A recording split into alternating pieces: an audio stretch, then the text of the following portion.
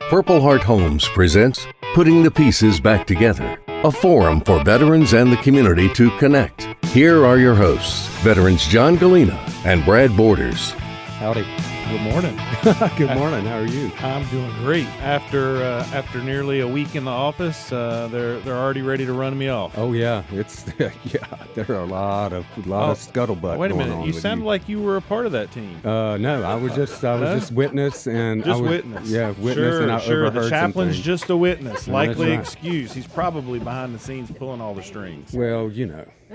Yes. He's not allowed to talk about things. Secretly pulling the strings, like something out of a Dr. Seuss episode. So Yeah. I did tell Tammy, we were talking about some life planning. I told her that when I go to the Great By and By, I want to be cremated, but fortunately, she made the appointment for next Tuesday. So.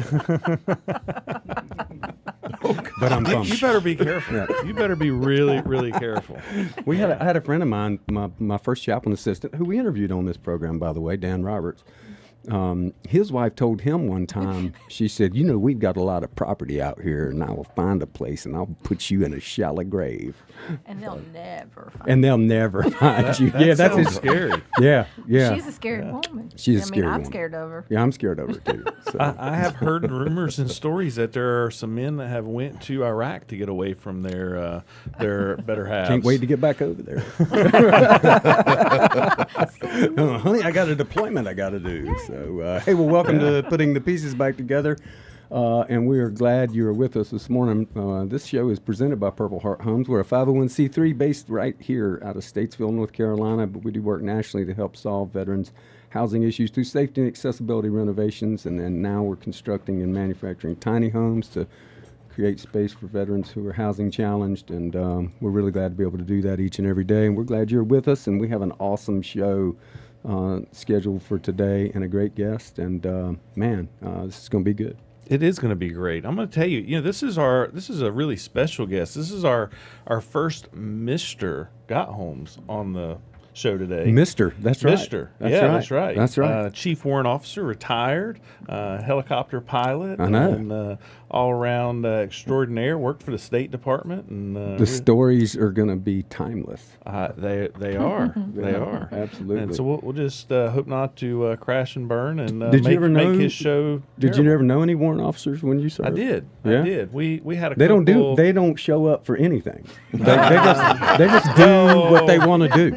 When they do show up, it's Seriously, isn't that probably true? not good. Martin's like, yep, that's true. It's like like everybody else. Like first sergeant comes out, he's like, all right, we got formation 0430 tomorrow. Chief, you gonna be there? Nah, man, I'll see y'all about 9. Oh my God! I got to get my coffee. Well, they do show up when it's time to do their job. No, they do their job extremely well. It's like they're outside of the rules of the Army. It's like nobody knows who's in charge of them. I've always thought they were the ones that made the rules. Could be, Yeah. but you wouldn't know. There was the CW5 at 3rd Special Forces Group when I was there. There's a guy named Willie Sobat, and Willie was an enigma. He was also an amateur philosopher, and he was a strategic genius, though. I mean, when I was in Germany with him, and I was asking him all these questions about what we were doing in Africa, and I sat for about 2 hours, and he explained to me in layman's terms what was going on and what was wrong in the world, right? And he had all the problems solved by the end of the talk, right? And I was like, well, how do we make that happen? He was like, well, I don't know, but that's how you do it. So he was a fantastic guy. So we're glad to have you here today, Martin. Well, thanks. It's great to be here with you. Yeah, it's fantastic. So we got some really good questions here for us, but we want to get started kind of on what is your background? Where'd you come from, and how'd you end up in the military? So I grew up in upstate New York at Plattsburgh Air Force Base, which was the last base my dad was stationed at. So we all grew up there. And then after high school, I went in the Air Force. My twin brother and a couple friends went in the Marine Corps. And once I saw their experience, I immediately went to the Air Force. yeah, absolutely. You were the smart one. I really was. Right? Yeah. Well, we're going to find out how smart here just in a few minutes, because I don't know if going from the Air Force to the Army is the smartest choice, but we'll figure that out along the way. Possibly not. Yeah. What'd you do in the Air Force? What was your job there? Avionics guy. So I Okay. worked on all the cargo in MAC, Military Lift Command. So 141s, Yeah. C-130s, C-5s. Gotcha. And I loved it. Yeah. And just could have easily been a career Air Force guy. But I thought, I better get out and get to college. Because when I got out of high school, I was like, I'm never going to college. Yeah. So did that. And then while I was in college, an opportunity opened up for me to transfer over to the Army Reserves and go to flight school. And I was like, this is great. So Yeah. went to flight school and came back to Massachusetts. I was flying Hueys at Fort Devens. The Huey is an awesome aircraft. It's just the Huey. Yeah. I compare it like going from a Huey to a Black Hawk is like going from a Volkswagen Bug, which you love, no radiator, you can work on it, you love flying or driving it, and then you go to a Porsche, Right. which is the Black Hawk, and it's amazing. So loved my time in the Hueys. Once I finished college, I had like a total of 280 hours in Hueys. So I'm sending out my resumes going, okay, I want a flying job here, flying job there. And they're like, yeah, call us back when you got 3,000 hours. I said, well, that'll be about 20 years from now in the reserves. Right. So I just said, well, what's my backup plan? So I took the LSAT, did okay, and shotgunned a bunch of New England law schools. And then I was like, let me pick one in the Mid-South. And I literally just picked Wake Forest out of a catalog. Yeah. And somehow they accepted me. Somehow. Yeah. So I drove my little 79 Celica down here and went to law school. And then I went in the inactive reserves, and I thought, my fly days are probably done. I don't know. Third year law school, I went down to the unit in Salisbury. Yeah. And there's still they're all Hueys, a bunch of old Vietnam vets, which is the way the reserves and guard were. And they were like, yeah, don't call us, we'll call you. So left private practice, came over to Statesville in 95 as a prosecutor, and it was exciting. Ended up prosecuting a case where I met a trooper who was in this unit. Then he introduced me to a couple of people. Next thing you know, so this is 99 now, 9 years in the inactive reserves, and boom, I'm in the unit. Down to the Black Hawk transition course at Fort Rucker, formerly Fort Rucker. And so I flew in the guard from Salisbury from 99 until I retired in 2017. No kidding. And absolutely loved it. I love flying the Black Hawk. What an amazing helicopter.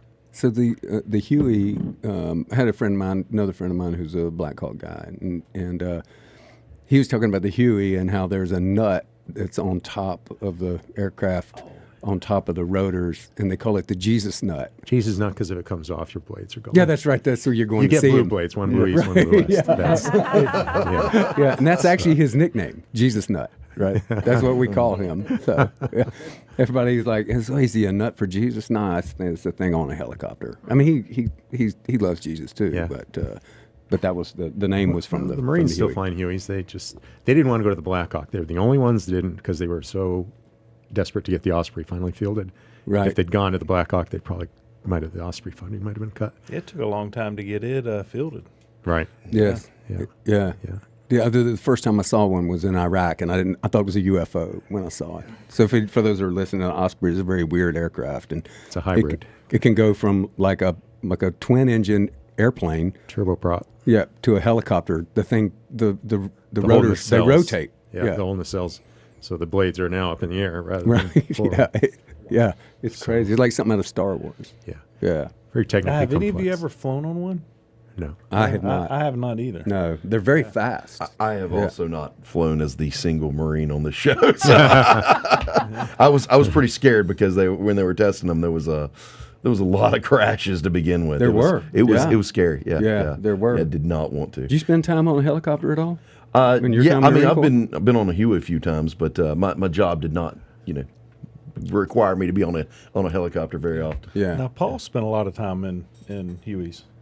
In Paul- his time. Paul Cochran. Yeah. Yeah, in Hueys. Yeah, in Hueys. No kidding. Yeah. Which Paul also rode in Jeeps. That was prior to Humvees. like a Willis. Like a Willis Jeep. Yeah, with a gas can. I don't know what that says about the gas him, can on but, the front. With Yeah. his Browning rifle now. Yeah. He did. Yeah. It says he's old.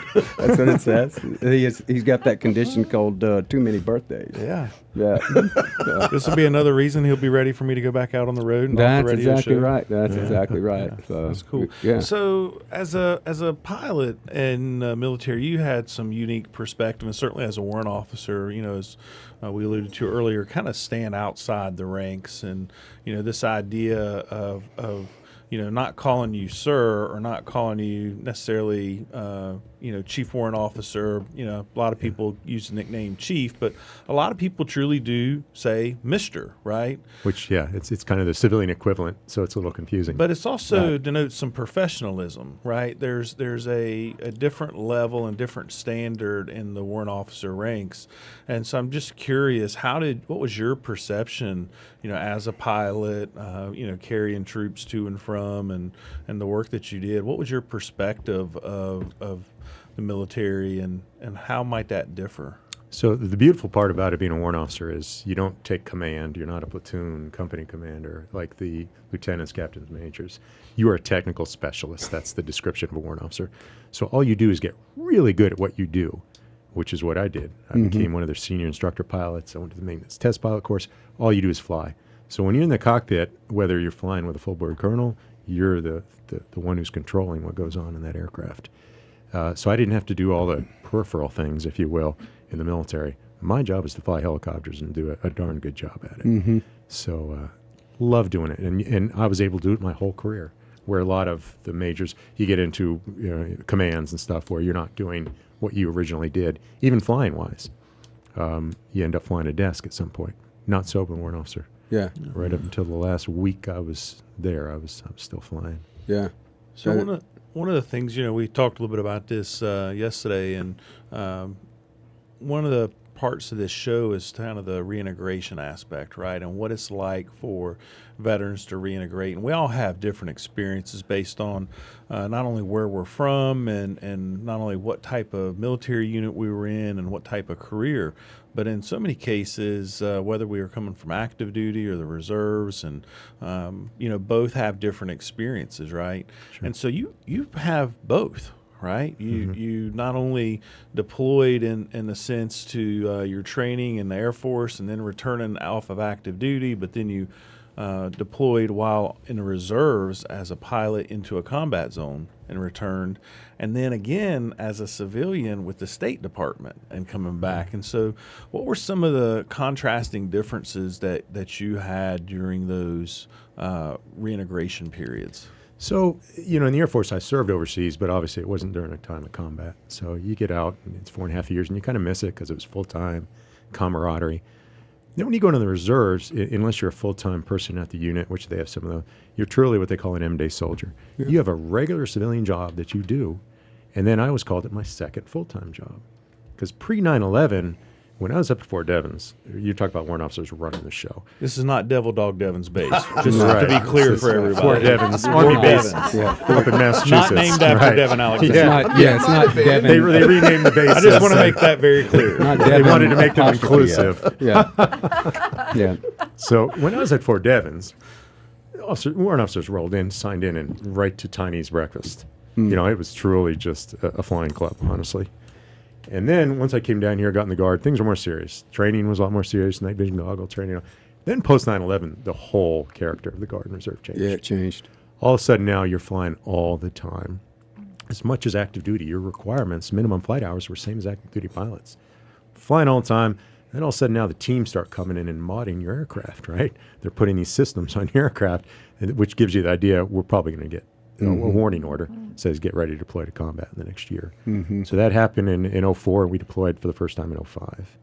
And to get back to your question, when you get back, you've left your civilian job, and depending what type of job you had, whether you're like a state or federal employee, it's just waiting for you.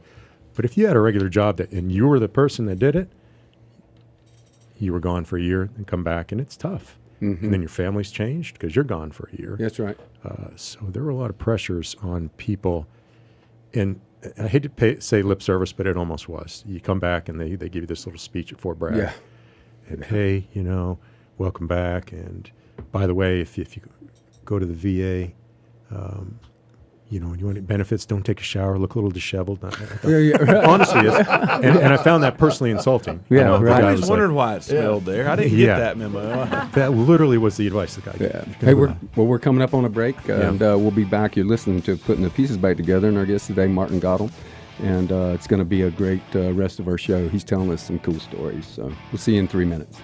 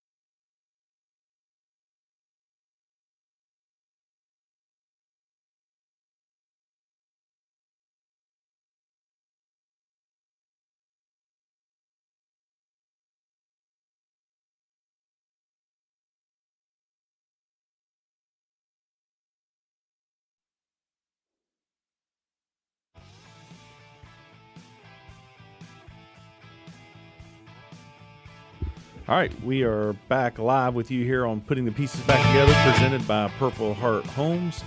And we have got special guest with us today, Martin Gottholm.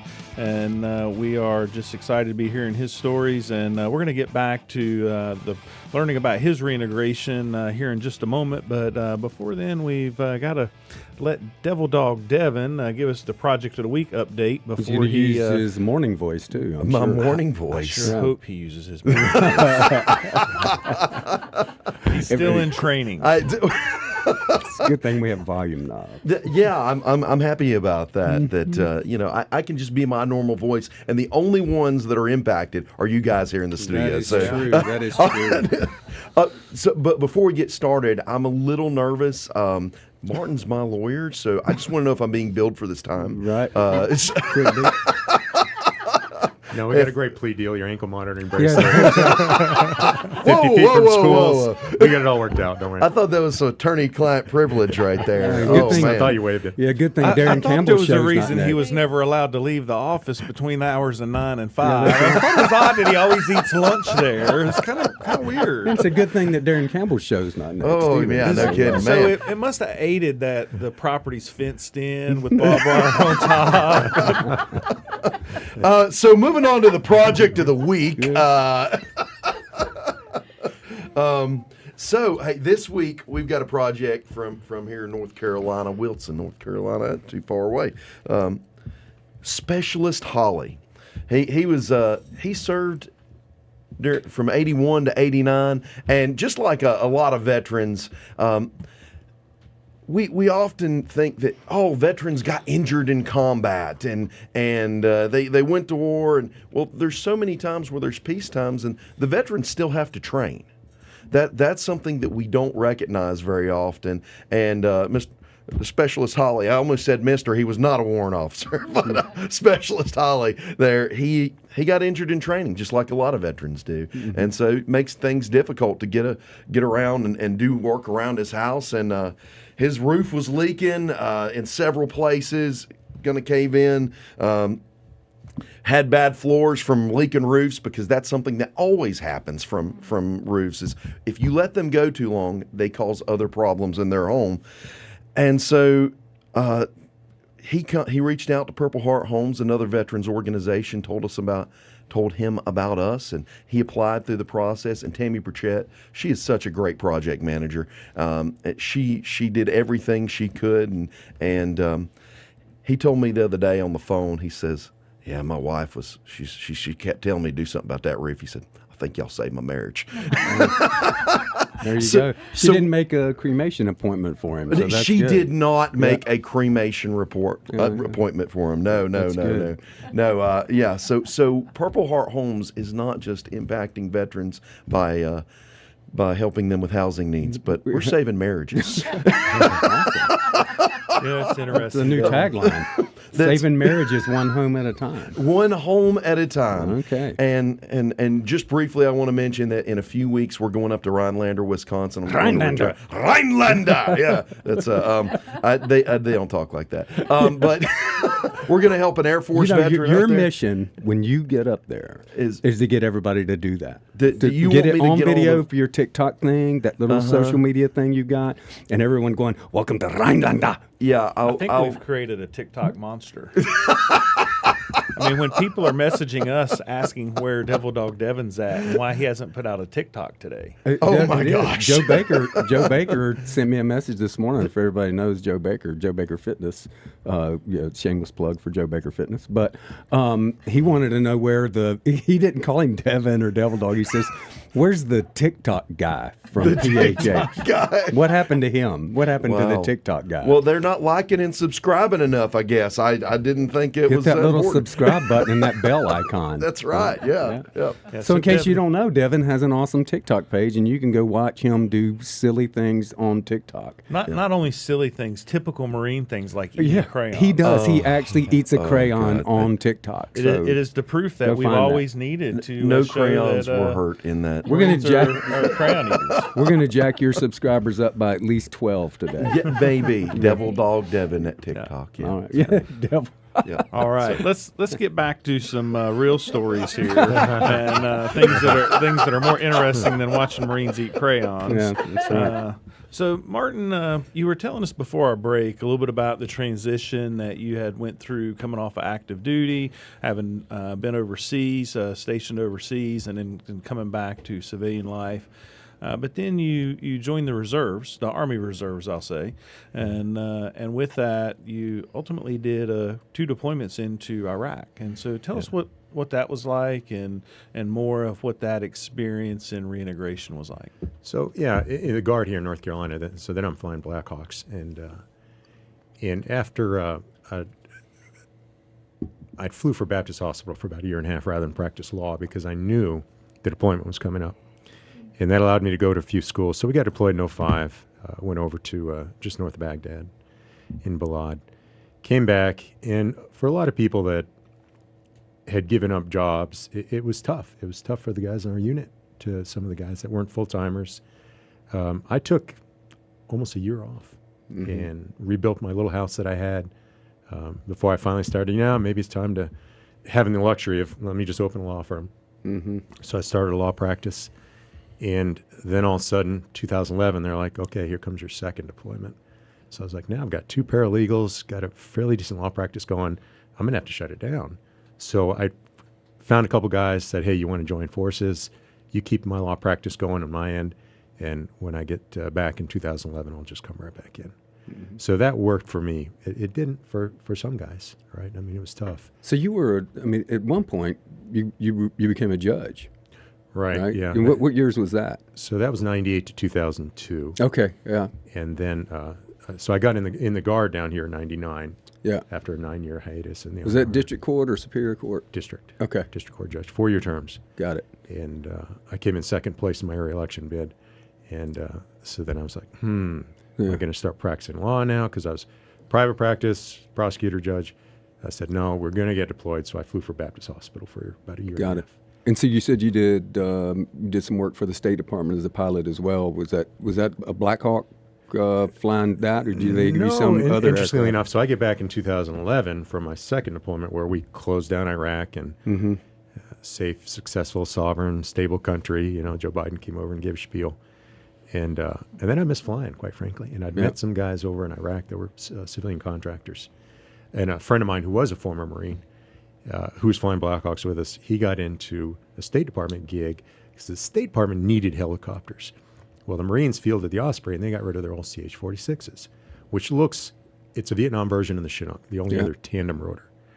So the State Department had all these helicopters that they got for free from the Marine Corps, but then they realized that they needed to hire a bunch of former Marines to fly them. And everything about the State Department's aviation wing, which a lot of people don't know about, they have a big aviation asset, was Army. Everything about 9 Corps, the civilian contractor, was Army. Yeah. So when they brought all these Marines in, total culture clash. Yeah. Marines are different. So they said, you know what? Short bus different. Yeah. So in the Army, we use checklists. You start up things. You actually go to check. So the Marines come in there. They hire them. They're just starting things up. Yeah. They're like, whoa. So they said, we need to probably bring a few Army guys in. So I was one of those Army guys. You're there to keep the Marines in check. Well, they wanted to mix it up a little bit. So temper things a bit. So they sent me down to Patrick Air Force Base, and a couple of Marines taught me how to fly that thing, and it's a beast. Yeah. So next thing, I'm in Kabul, Afghanistan, flying with. There were about 26 pilots. 3 of us were prior Army. All the rest were Marines, and an impressive group. A lot of them HMX guys that they flew the presidential flying. That's HMX Marine Squadron. So it was great flying over in Afghanistan in 2014. I spent a lot of time on a Chinook, and the one thing that just horrified me about getting on that aircraft is the crew chief would be walking through with like a rag, and there's a million miles of hydraulic tubing piping throughout the fuselage of that aircraft, and the crew chief is like got this rag and checking joints and looking at the rag, and I'm like, hey man. If that thing's leaking, are we in trouble? Yeah. Well, and the Chinook's the new version, if you will, of the tandem. The old CH-46 was a Vietnam era. Yeah. For the Marines. Right. So, the State Department flew those. That had a steam engine in it. Pretty close. Pretty close. Shovel the coal. It was the first time where I actually had to consider how much in the Black Hawk you just land around 130 degrees. full load of troops, fill it up. Doesn't matter. They Right. fill it up and you take off because it's a beast. That thing, you couldn't, only so much fuel. You had to really consider your weight. And Right. of course, Kabul's pretty high up altitude-wise. Sure. So, but that was a neat gig. And I kind of miss flying. I get back in 2011. I'm practicing law, and it's it's not like flying in a combat zone. Right. So I told my partners, hey, I'm going to leave for another year, a year later. And they're like, what? And so I went over and did that for a year and absolutely loved it. I mean, So, Martin, share a funny story with us about your time, deployed downrange. What was it like? What's something that stands out in your mind that was humorous, that kept you sane, so to speak? So the first deployment, 2005, things were still a little tricky in Iraq.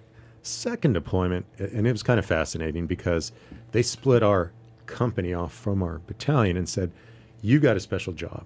You're going to take over from Alaska, and you're going to fly the 3 high-ranking generals in the country around. So my company commander had to pick 3 instructor pilots to fly F1, F2, F3. And F1 was the 4-star commanding general of the U.S. forces in Iraq, who at that time was Lloyd Austin. Oh, yeah. Presently our Secretary of Defense. So he paired me, and I was with him. So we flew Lloyd Austin around. So I get to Iraq. We went on the advanced team, me, a lieutenant, and another pilot. And I'm meeting with the Alaska guys because we're going to take over the mission. So I come in, and I'm a W-2. Well, the guy that had my job flying Lloyd Austin around was W-5. Right. And he was the command warrant officer of the Alaska Guard. Right. So I walk in, and I'm like, yeah, I'm here to rip with you guys and explain. They look at me like, you're going to be the one flying Lloyd Austin. His security team's there, and they're interviewing me, honestly, too. Right. And it was pretty funny. So the Alaska group is an interesting bunch because I go to this command warrant officer's trailer. Yeah, half a trailer. They got a movie screen, a projector, a popcorn maker. They got booze everywhere. Right. And I'm like, because that's violation of Rule 1. When you get in theater, no booze. Never happened. I never saw it. So next thing I know, they've got this captain teaching me how to make wine. So you go get 3 cases of juice from the DFAC. We don't call them chow halls anymore. Dining facility. And these Alaska guys were getting these big packets of yeast mailed to them. So they're teaching me, and I thought, this is kind of strange. He showed me how to clean out the big 5-gallon jerry can that hadn't been used for gas. Yeah, you got to use a little Clorox. You don't want any, and clean it all out. And you pour the juice in. As you're pouring, add the yeast. And then they had this trailer that wasn't used. So you would leave it in that trailer, right? So plausible deniability if somebody finds it. And you check on it from now and then. Right. And the jerry can would start to swell as the yeast fermented. So you'd let off a little pressure. Right.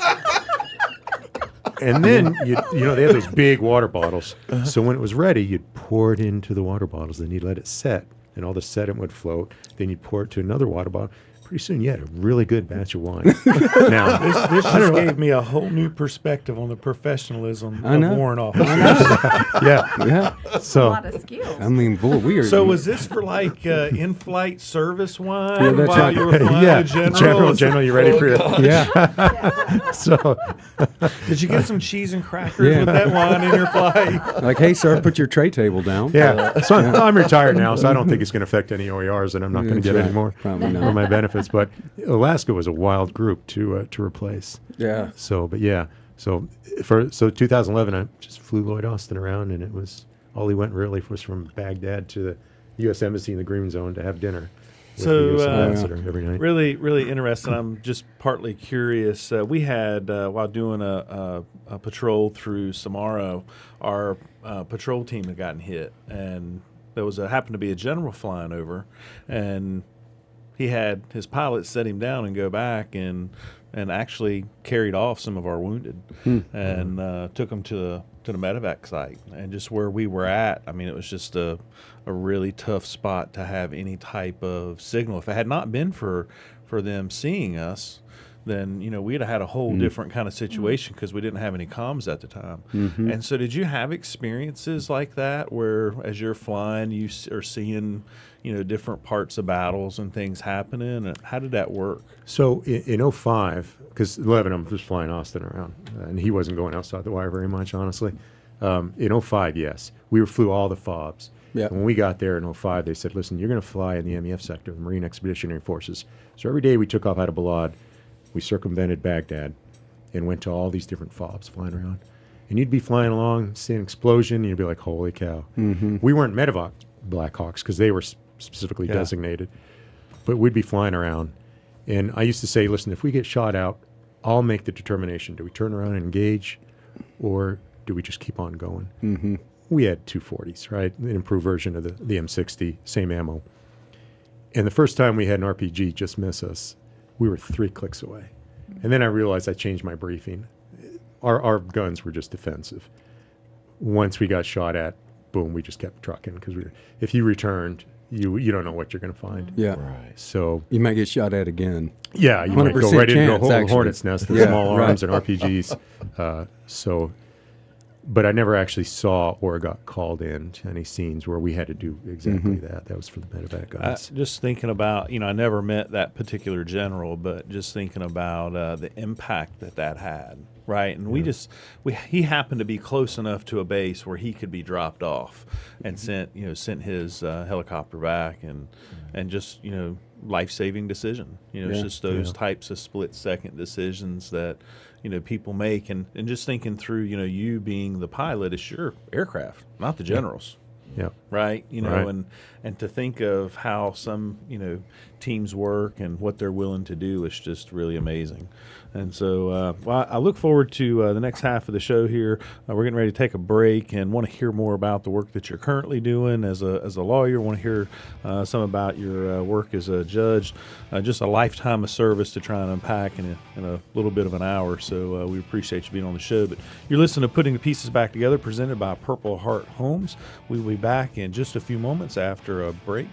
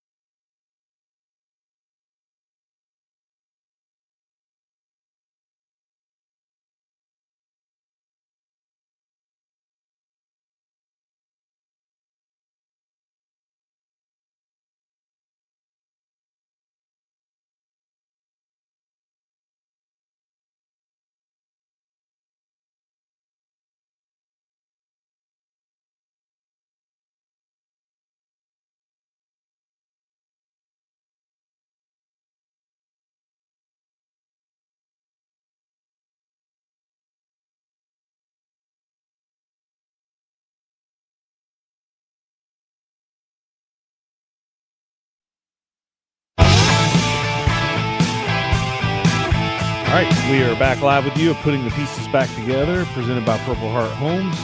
What a great show. Again, just sitting here with Martin Gahom, retired Chief Warrant Officer and Judge, past Superior lawyer, Court Judge, lawyer, District Court Judge, yeah. Pilot. I'm telling you, what a career of service. Yeah, And for we sure. just really appreciate you and what you do for our community. And so we'd like to just unpack a little bit about you ran a campaign, you become a district court judge, you've another thing we haven't even talked about, you got your civilian fixed wing pilot's license, and then now you've been a prosecutor and you're back to private practice. I bet he sings too. He probably sings and plays. You want to bring your ukulele in here with him? Yeah, And- I don't have a ukulele. I have a dulcimer. So Dulcimer, back up. It's funny you say that. I Oh, took look at me. I'm John. I'm They a sound the music same. expert. Yeah, all right. I sing to my kids and they go running from the room. So I've got a song. Hey, so when in your time as a lawyer and as a judge, did you ever encounter veterans coming through the justice system? Yes, but none that particularly stick out to me like you're a veteran and that's part of the reason. Sometimes guys would show up in uniform, Yeah. and if I could cut them a break, even as a prosecutor or certainly as a lawyer, I would. But I never ran into anything that was kind of veteran related, Yeah. except for one of the guys in my unit, honestly. But now, interestingly, you say that, they've recently formed these veterans courts. In Statesville, they're looking for somebody to help run that, where the prosecutors, the DAs, will see that you're a veteran, and then they'll send you to this veterans court, and they provide a little extra assistance for you. Because a lot of issues are difficult to detect. It's not. I was talking to a VA rep in Rowan County, great guy. He's like, it's not Sylvester Stallone curled up in a ball screaming. There are a lot of issues that may be difficult to detect or necessarily relate to your service.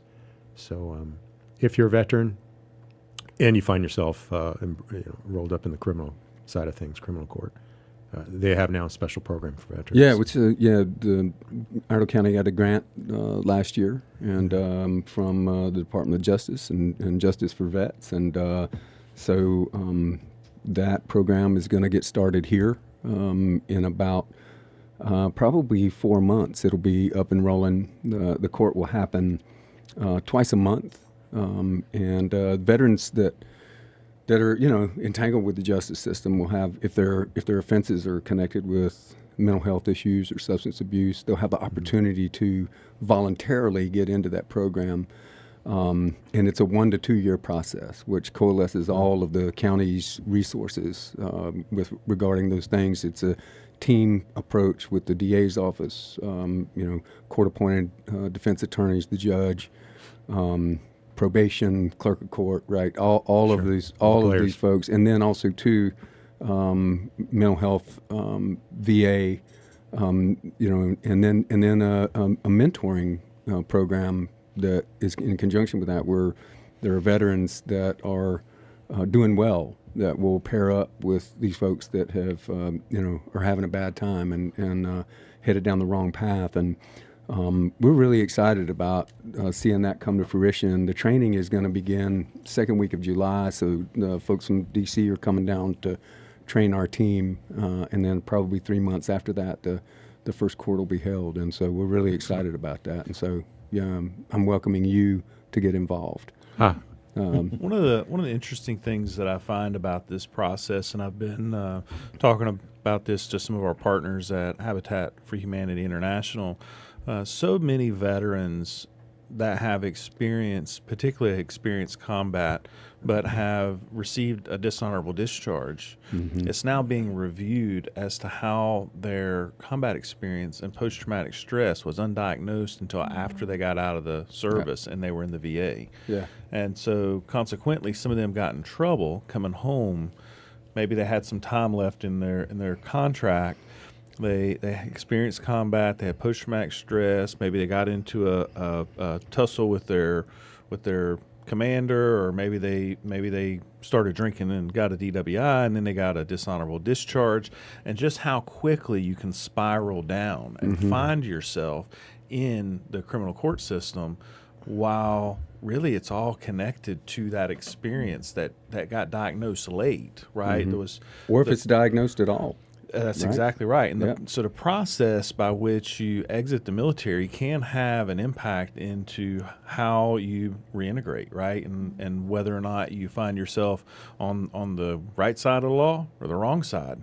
Because the civilian, in my opinion, the civilian community does not understand how to properly reintegrate and accept back in those that have experienced combat. And I think too, and Martin, you may be able to speak to this, but we have a lot of veteran law enforcement officers, within our county that they've got their finger on the pulse of how veterans are doing, and inevitably, they're the stats are pretty clear from the VA. It's like 6 or 7% of all veterans across the country are somehow entangled with the justice system. So, county as large as Iredell County with 120,000 people in it now, we probably have 800-900 veterans that are facing charges or in the jail right now. And I think last year when we did our study on how many veterans are currently at the detention center, I think it was like 17 veterans at the detention center currently. And the charges range from all the way to the most really bad felonies, all the way down to a couple of DWIs, that kind of thing. And so we recognize that there's a real need, and that the history of veteran treatment court is pretty positive as far as rate of recidivism. That it's very few veterans that graduate the program that are ever back before a judge, and so we're really excited about what that's going to do for our county. And so, Martin, just kind of take us more to the general side of the conversation. In our conversation preparing for the show, we talked a little bit about some of the value that you found in being a judge and some, how you felt you could have a positive impact. Would you share some of that with the listeners? I think too often they feel like, particularly judges and prosecutors are they're just mean, cold-hearted people that aren't doing any good in the community. But I really see something different in how you perceive it, and like to share that with the listeners. Well, certainly as a prosecutor, and I was actually on this show with Pat Shannon in 2002 during my re-election campaign. Okay. And I remember a caller calling in and asking me a question, and my answer to her was, in a lot of respects, prosecutors have a lot more power than the judges, because when you are a prosecutor, and that's why it helps to have maybe a background in practicing law outside just being a prosecutor at a law school, is you have an inordinate amount of discretion in plea agreements and what you do. And not everyone deserves to have the sword of justice wielded on them, like a hammer. Some people really deserve breaks, and you take into account maybe they're a veteran, and other people just don't, right? So that's what you do as a prosecutor, so you can really help people and really help with victims. I mean, I'd still remember some cases I had as a prosecutor where the victims were so grateful that I zealously prosecuted the case on their behalf. And then when you get to be a judge, especially in the district court judge, a lot of it's family stuff, a lot of it's juvenile court stuff, where much like the veterans, you see that if they just had some safety mechanisms in place, they wouldn't have gotten below that line of acceptable parenting and had to have the Department of Social Services come in, for instance, and put the children in foster care or with a relative. So it's an extraordinary opportunity as a lawyer to be able to help people. And I enjoy it now because just as a lawyer in civilian practice, and I'm fortunate now that I can kind of pick and choose the cases that I really enjoy, and people come in and I can help them. And a lot of them are really, they don't know where to go. And then they come to a lawyer, and I said, listen, I spent an hour talking to them. My partner used to make fun of me. You're in there for an hour. But they come out of that initial consultation feeling like, holy cow, now at least I know. I may be in trouble. I may economic things, but at least now I know the path that Martin's explained to me. And I see the light, if you will. And you're doing criminal defense now. So I do criminal defense. I do some domestic because I'm good at it, but it not so much. And then just different contractual things, land disputes, anything that comes in, guardianships for some minor children with their father just died. And it really helps people. Yeah, it does. And that's what I really enjoy. Yeah, because when you get in a pickle like that and you don't know where to go or what to do, and you're facing this mountain of legal ease, it's it's great to overwhelming, have quite somebody that, frankly. it's Yeah. overwhelming. It's great to have somebody that can interpret that and say, hey, well, this is what you should do. Yep. Right. Yeah. Yeah. That's really helpful. And that's a great stress relief for people, and it's a valuable service that you provide for folks. And then, think about, you're charged with a crime and, your future is, got a big question mark on it, right? And you got a couple options that, you can go in and try to take a stand for yourself, or you can have somebody advocate for you, which is, better to have somebody that knows what they're doing to advocate before you. And going back to some things, some things deserve you work it out, and maybe even the charge gets dismissed or reduced. Yeah. And then you could even get it expunged in a lot of cases, even some prior convictions. Can we do that for Devin once we get that thermometer off? Yes, sir. That particular class of felonies. Yeah, that's right. Sorry, Devin. Sorry, Devin. Once again, 100 or 50 feet from the school. But so that's great. So if you get something expunged, then it doesn't even appear. Yeah. And you never even have to answer. Somebody, were you charged with that crime? You can say no, because it's been expunged. Yeah. It was either dismissed, found not guilty, or it's even some drug offenses can be expunged. Wow. So, Interesting. So looking back on your journey from, joining the Air Force to going into the reserves, being a pilot and getting your law degree, and just, in the process of all this, what advice would you give to other veterans and maybe even to those young people that are thinking about joining the service, right? What kind of advice would you give to people that would maybe help them in their career path? Well, I think the biggest misconception, people think, I don't want to join the military. I don't want people telling me what to do. Yeah. It's no different than any other job. And for me, when I finally joined the military, after my brother had and my friends, my mom was like, whew, because I was not on a great path. So the military provided me the structure, the discipline to do well in life. Everything I've done, I can really attribute the military as providing that guidance and that discipline that helped me succeed. Because I never planned on going to college a day. So it ended up graduating from law school. My mom came down. She was like, holy cow. I mean, none of us had gone to college initially. So one of the great benefits is you never have to think about your wardrobe. Yeah, that's right. Yeah. If you're a See, judge. I thought he was going to say if you're Every day. thinking about joining the military and you don't want people to tell you what to do, just become a warrant officer. Yeah, that's true. That's true. Yeah, you should become a warrant officer and just tell yourself what to do. Right. That's right. But I did love that about the military. I mean, you don't have to think about, I'm wearing green today. Okay, great. And tomorrow and the next day. And, so those simple things that the military does for you. Yeah. I remember just when I first joined, we were still shining boots. Right. And I remember that, every night you would sit down and you would put the TV on and you would start to polish your boots because you had to have them, spit shine in the morning at formation. And then they would just get destroyed throughout the day. Yeah. And then you get to just repeat that process over and over. And there was something like cathartic about like polishing my boots and, go, right, and spitting and if on you them. remember, you'd light the kiwi on fire. Light it on fire, And right? when I was in flight school, and they inspected everything, so I lit it on fire, and then I went to blow it out, and I let it sit too long, so there's too much liquid, and it blew all over my table. Oh, awesome! I was like, oh my god, how am I going to clean this up? That's right. But yeah, so when they went to those new boots, where you didn't have to shine anymore, I was like, holy cow! Yeah, it was. Well, and there's a certain part of me that longs for shining boots again, right? It's the weird, sadistic part of me. I'll bring my shoes over. Yeah, there you go. There you go. As long as they're Cochrane Field boots, I'll shine them for you. I know how to do that. So that's awesome.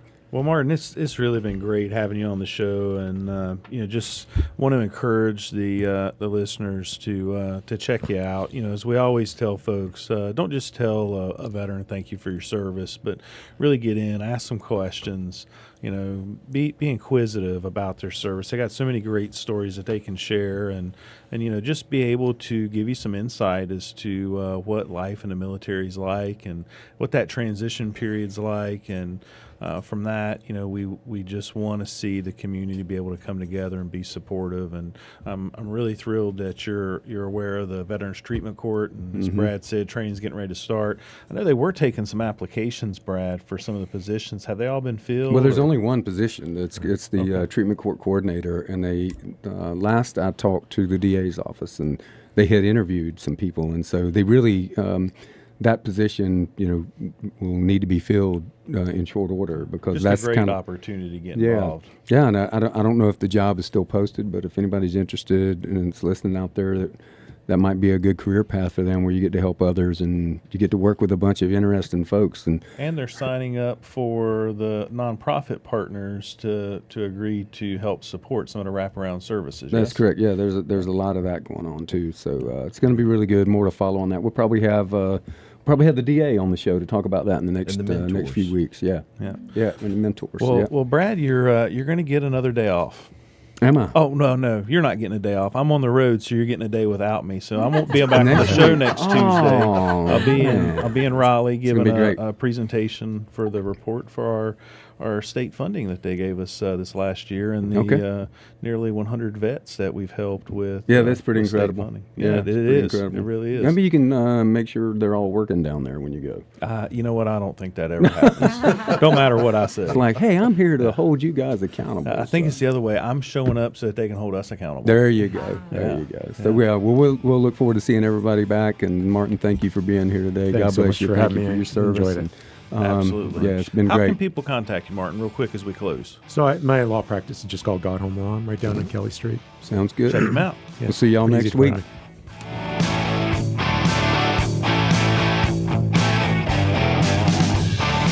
You've been listening to Putting the Pieces Back Together with John Gallina and Brad Borders. Join us again next Tuesday at 8 a.m. and Saturday at 5 p.m. for Putting the Pieces Back Together on News Talk WSIC.